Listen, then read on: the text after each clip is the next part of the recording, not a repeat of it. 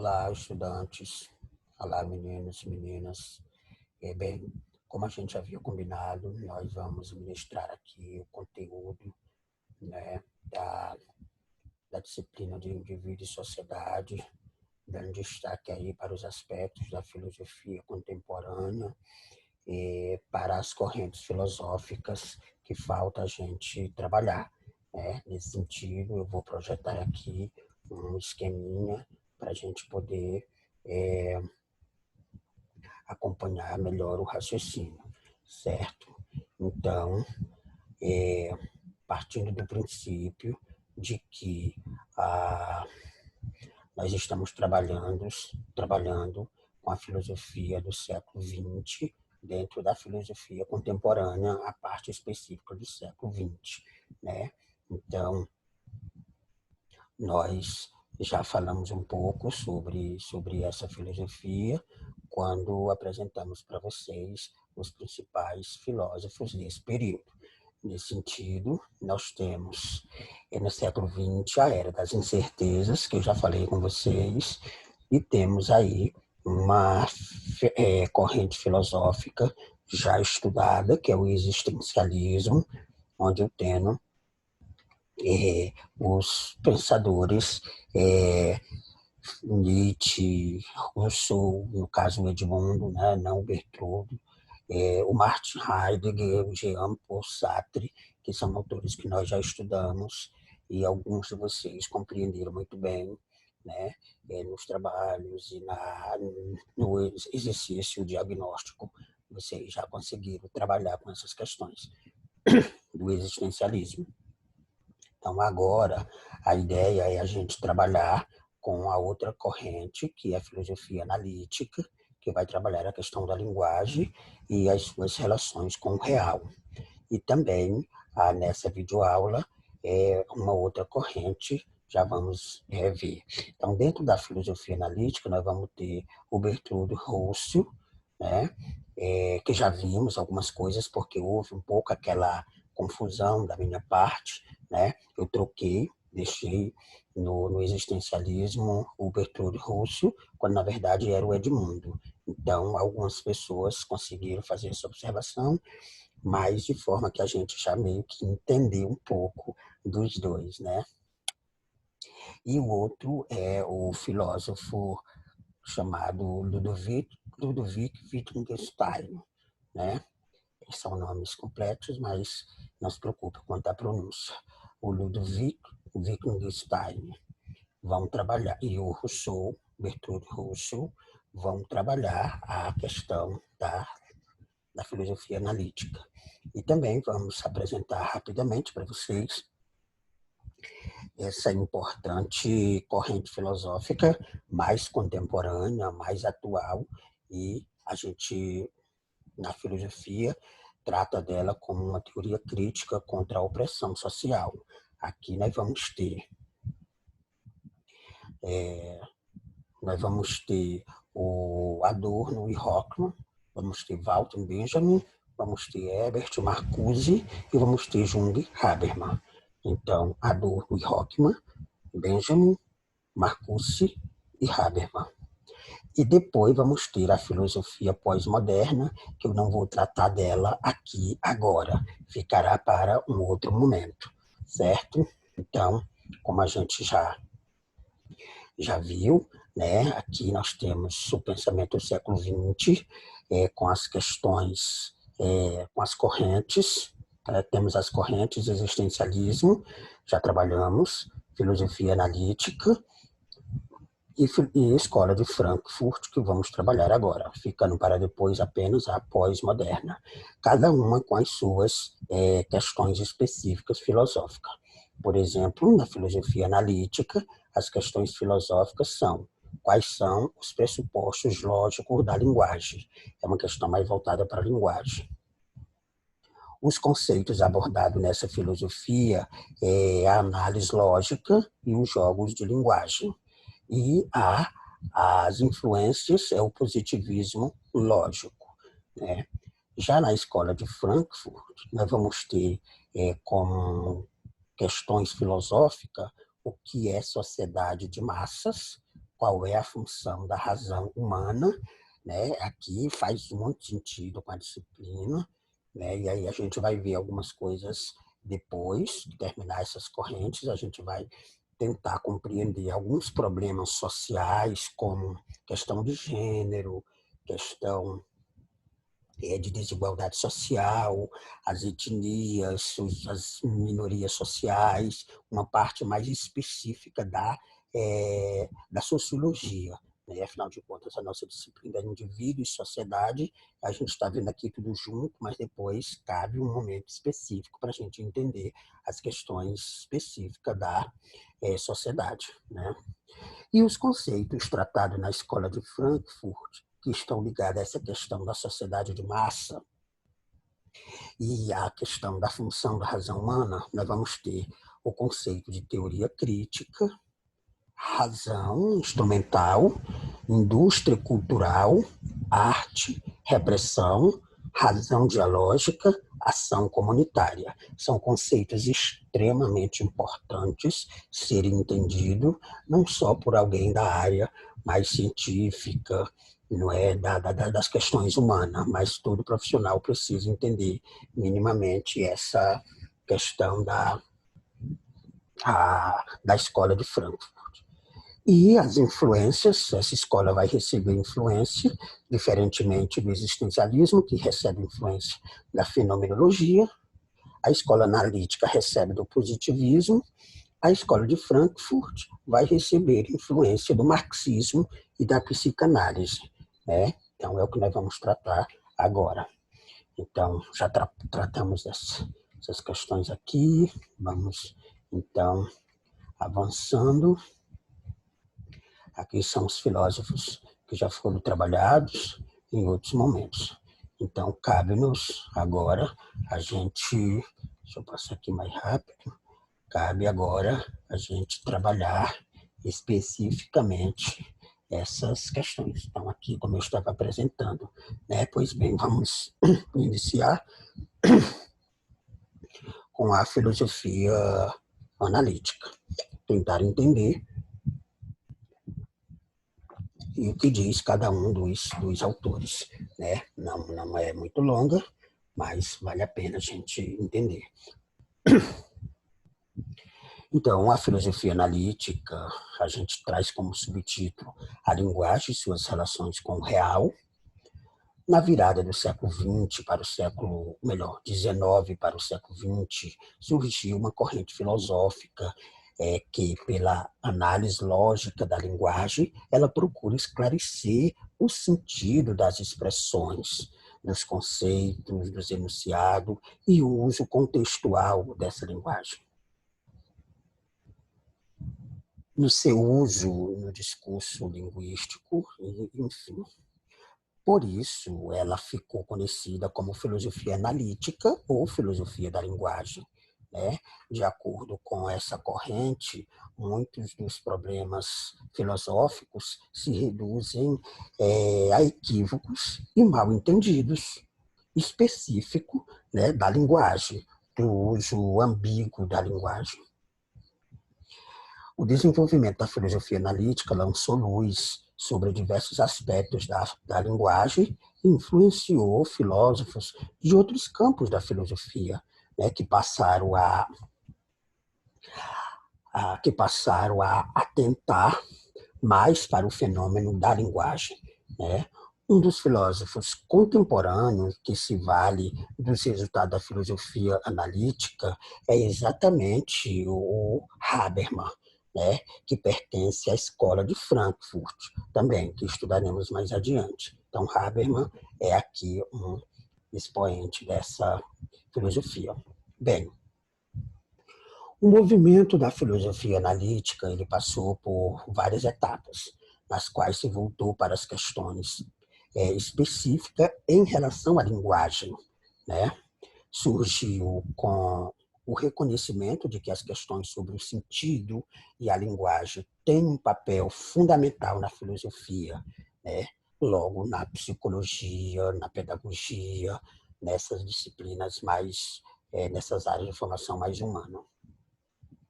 Essa preocupação ela teve precursor, o lógico e matemático Johann Gottlob Frege.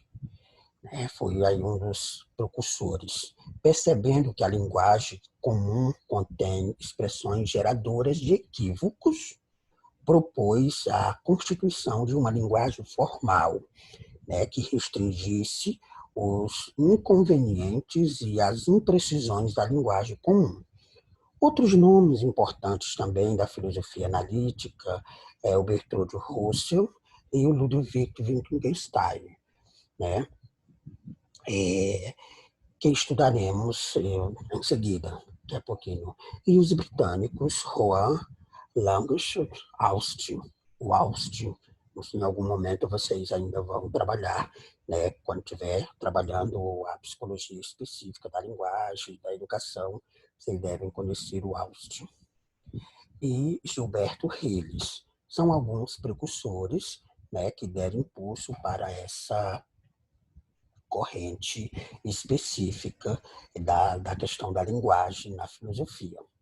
Bem, o Bertrand Russell, um dos pioneiros da filosofia analítica, aqui tem um pouquinho do pensamento dele, né? Desculpa, tem um pouquinho aqui do pensamento dele. Ele se dedicou à matemática, à lógica, à filosofia, então, um pouquinho aí da história dele. Escreveu mais de 70 livros, tratando de vários temas, como teoria do conhecimento, ciência, educação, política, lógica, matemática, história, da filosofia, enfim. Porém, a contribuição filosófica mais importante, mais reconhecida, se deu no campo da lógica matemática e da filosofia analítica, que dominou o cenário filosófico inglês durante o século XX, né? Inclusive em coautoria com Alfred North, ele escreveu os 3 volumes de Principia Mathematica, publicada em 1910, 1913, que foi uma obra densa, rigorosamente técnica, né,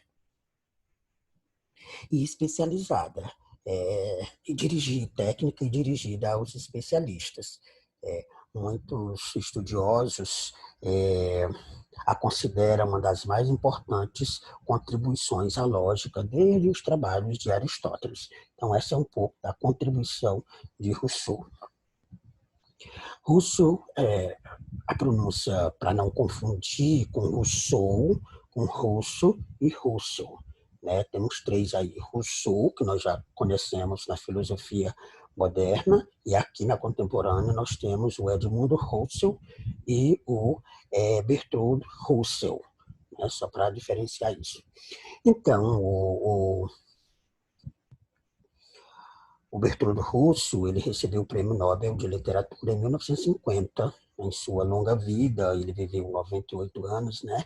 Ele participou ativamente das questões sociais da sua época, lutando em prol das liberdades democráticas, da educação, da emancipação feminina, da paz mundial.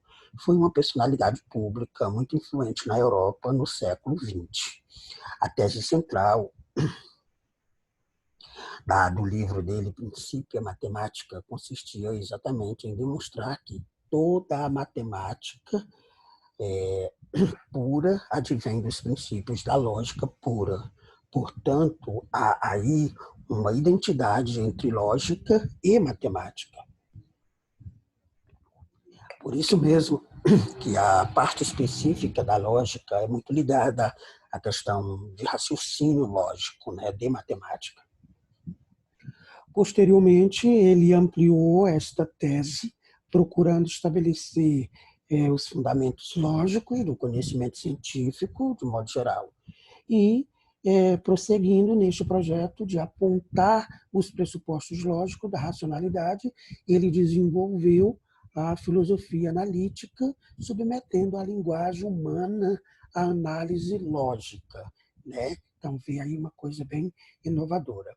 Para ele, grande parte dos problemas filosóficos se dissolvem em falsos problemas quando enfrentamos os equívocos da ambiguidade e das imprecisões contidas na língua cotidiana. Então, o problema fundamental consistiria para ele em investigar, em termos lógicos, as proposições linguísticas para se saber em que estamos realmente falando quando questionamos ou afirmamos alguma coisa. Então, a filosofia analítica promoveria uma espécie de terapia linguística, demonstrando as armadilhas ocultas na linguagem. Vejamos como ele ilustra bem, né, esse método, né, com o exemplo. Com o exemplo. Acho que eu não coloquei o exemplo. Deixa eu só ver se eu tenho aqui o exemplo, né, para facilitar, ou não sei se eu separei o exemplo. Não, acho que eu não coloquei o exemplo. Ah, sim, está aqui o exemplo. Eu vou ler a vocês o exemplo, né? Aqui rapidinho. O exemplo é assim. Acontece com frequência de alguém se perguntar quando tudo iniciou, o que deu partida ao mundo, de que início adquiriu seu curso. Em vez de darmos uma resposta, examinemos primeiro a formulação da pergunta. A palavra central na pergunta é início. Como se emprega essa palavra no discurso corrente? Para responder a esta indagação secundária, precisamos examinar o tipo de situação em que ordinariamente usamos essa palavra. Talvez pudéssemos pensar num concerto sinfônico e dizer que o seu início será às 8 horas. Antes do início, poderíamos jantar na cidade e depois, no concerto, voltar para casa. O importante é observar que faz sentido perguntar o que aconteceu antes do início e o que ocorreu depois. Então, um início é um ponto do tempo que marca uma fase de algo que acontece no tempo. Se retornarmos agora à questão filosófica, fica claro que, neste caso, empregamos a palavra início de modo completamente diferente, porque não se pretende que jamais perguntássemos o que aconteceu antes do início de todas as coisas. Na verdade, explicando assim, podemos ver o que há de errado com a pergunta. Por perguntar por um início sem nada que o preceda, é como perguntar por um quadrado redondo. Depois de compreendermos isso, deixamos de fazer essa pergunta, porque compreendemos que não tem sentido.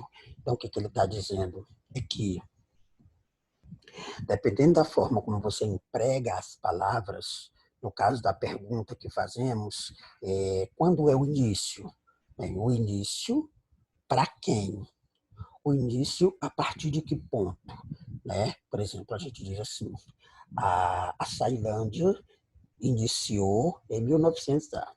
Então, ela iniciou para você, para quem, como cidade. Antes desse início que você está se referindo, já existia alguma coisa. Então, nesse sentido, depende muito da formulação da pergunta, né? Da formulação, da forma como você está organizando aí a linguagem para se fazer entendido ou para extrair alguma informação. Esse é o exemplo que o Russo traz para a gente, certo? Então, esse é um pouco o pensamento do Bertrand Russo. Agora nós temos o Wittgenstein, Ludwig Wittgenstein, é o segundo aqui dessa corrente. Então, a gente já começa aqui com uma exposição de uma imagem bem representativa, onde Ludwig, né, se reporta aí com as estruturas lógicas e jogos de linguagem, para aprofundar um pouco nessa questão da linguagem. Afinal de contas, a filosofia analítica vai tratar dessa questão mais específica da linguagem filosófica. Então, para Wittgenstein, a linguagem é como uma caixa de ferramenta, pode ser usada em situações e contextos diversos, formando jogos de linguagem, ele vai chamar jogos de linguagem diferentes, como no discurso acadêmico e na gíria descontraída de um grupo de raps, por exemplo. Quer dizer, um discurso acadêmico tem o seu sentido, tem o seu significado, tem a sua estrutura. Né? A gíria descontraída de um grupo de rap também tem a sua específica própria. Então, as estruturas lógicas e os jogos de linguagem para Wittgenstein. O filósofo Ludwig Wittgenstein nasceu em Viena, na Áustria, né? Viveu boa parte da vida na Inglaterra, naturalizando-se britânico. Então, aqui é um pouco da vida dele. Né? O percurso filosófico de Wittgenstein pode ser dividido em duas grandes fases. Né? A primeira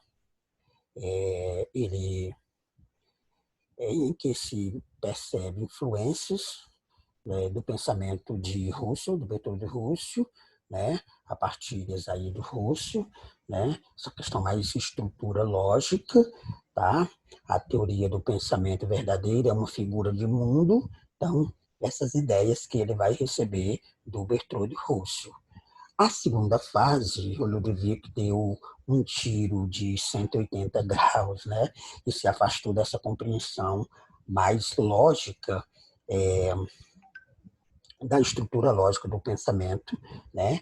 E de que a verdade da proposição deve ser verificada na experiência do mundo real. E aí ele passou a afirmar a impossibilidade, entenda, impossibilidade de uma redução legítima entre conceito lógico da linguagem e um conceito empírico da realidade. Né? Em outras palavras, o que é isso? A linguagem não seria é, cap, captura, desculpa, a linguagem não seria captura conceitual da realidade. Isto é, não seria a reprodução do objeto, mas sim uma atividade, um jogo. E os jogos de linguagens adquirem seu significado próprio, né, no uso social, nos diferentes modos de ser e de viver no qual a fala está inserida. Então, o que ele está querendo dizer? Que a linguagem não é uma extração da realidade concreta onde nós estamos vivendo. Né? Pelo contrário, os jogos de linguagens, eles adquirem significado dependendo de onde você está inserido. Como nós falamos agora há pouco, a diferença de um discurso acadêmico para um discurso, para a letra de uma música, de um rap, enfim. De acordo com o filósofo, né, Wittgenstein, a linguagem comum possui uma riqueza de espécies e de tipos de frases que são usadas em situações específicas, como mandar, pedir, relatar, desenvolver, inventar, agradecer, etc. E forma, assim, os jogos da linguagem, que se produzem socialmente e não individualmente. Então, essa ideia dos jogos de linguagem, né? Dependendo de como eles são usados.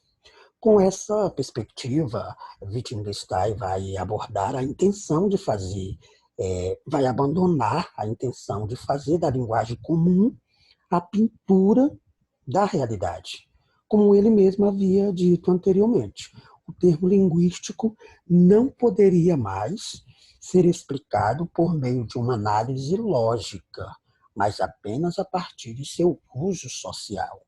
Então, ele está falando muito da utilização dos jogos de linguagem e não da impressão que essa imprime no sujeito.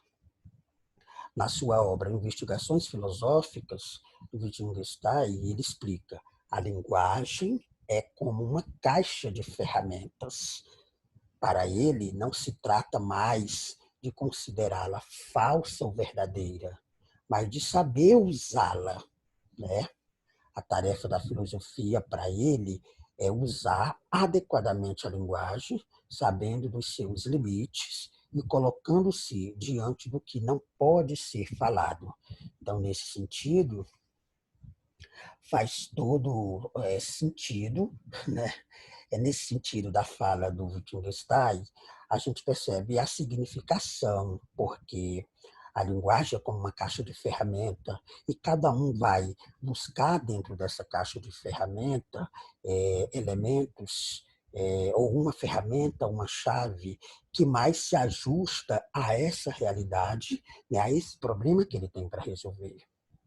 E aí ele está dizendo, né, para ele não se trata mais de considerá-la falsa ou verdadeira, mas de sabê-la usar.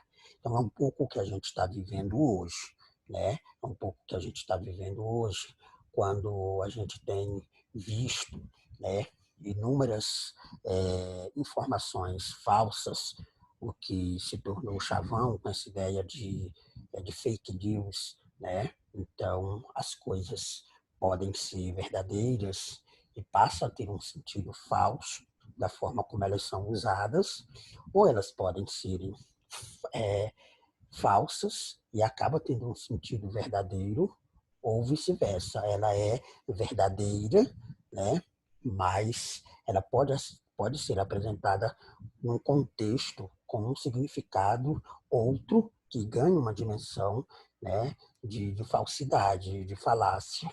E isso é um pouco o jogo de linguagem que o Wittgenstein está chamando a atenção, né? E aí a gente tem vivido muito isso nesses últimos dias, né, com esses governos, com essa questão do capitalismo, com essa própria questão da pandemia, né, com muita informação distorcida, e a gente não sabe em quem acredita e tal. Tudo isso que estamos vivendo nada mais é do que um jogo de linguagem, segundo a filosofia analítica aqui do Wittgenstein, certo? Então, essa é a corrente filosófica que a gente queria trabalhar agora. E aí, no próximo vídeo, nós vamos falar da escola de Frankfurt, certo? Já retornaremos até o próximo vídeo.